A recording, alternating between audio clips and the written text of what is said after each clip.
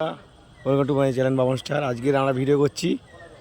আমি মামাবাড়ি এসেছি, তার জন্য ওই এসছি, তাই এখানে অনুষ্ঠান ছিল বলে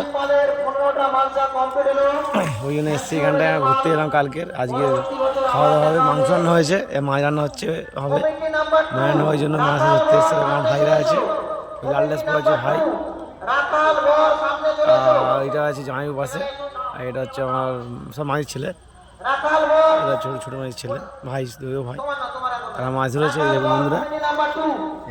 তার সাথে মানে এই যেখানে মাছ আছে, এই যে